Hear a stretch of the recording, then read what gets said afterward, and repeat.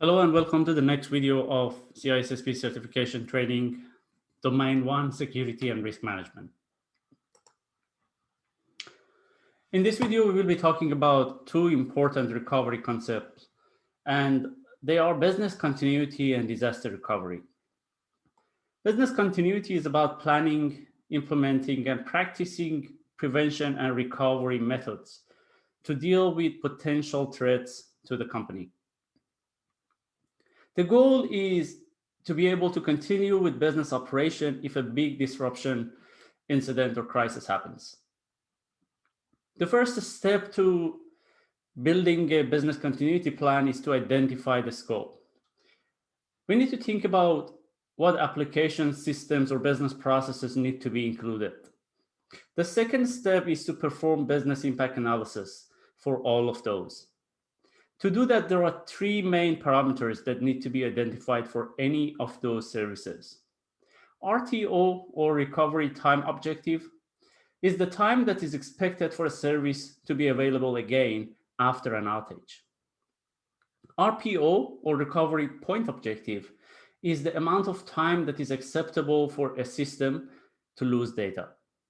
And MTO, or maximum tolerable outage, is the maximum amount of time that is acceptable for the business if a system or service is interrupted or unavailable.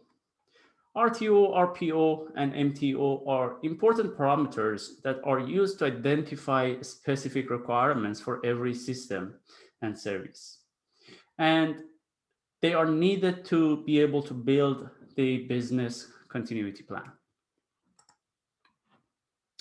To explain the RTO, RPO, and MTO in more details, let's use an example. Assume the service outage happens on a database. The business owner expects the system to be recovered within 24 hours. That is our RTO. However, we know that it could take some more time because of different circumstances and challenges. So we define MTO as 36 hours, which is the maximum time before the company starts to really feel the pressure and possibly badly impacted. Business owner agrees that if we lose 48 hours of data when a disaster happens, it is acceptable to them. And that 48 hours is going to be our RPO. So assuming it takes us 36 hours to recover the service and 48 hours of data loss, the system is really restored to its original state as of 84 hours ago.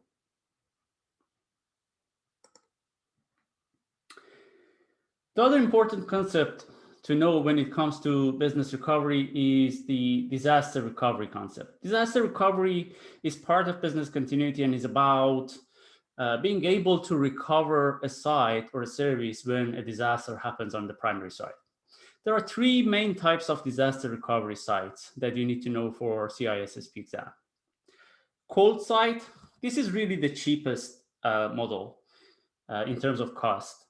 And it's about having an empty space in a building which can be used to set up the infrastructure in the event of any infrastructure on the primary site. In the event of any failure on the primary site. So cold site is really low cost, but it obviously takes more time to recover because there is no infrastructure there. Warm site. In warm site, there is infrastructure, but no live data, right? So backups need to be taken there and restored at this site location when the primary site fails. So it's better than cold site. There is some infrastructure. It takes less amount of time, but we still need to restore the backup to get the site up and running. And hot site, which is really the most expensive one, but operationally is the best, is where we have all the required infrastructure and data, and it can be used at any time, immediately after the failure happens on the primary site.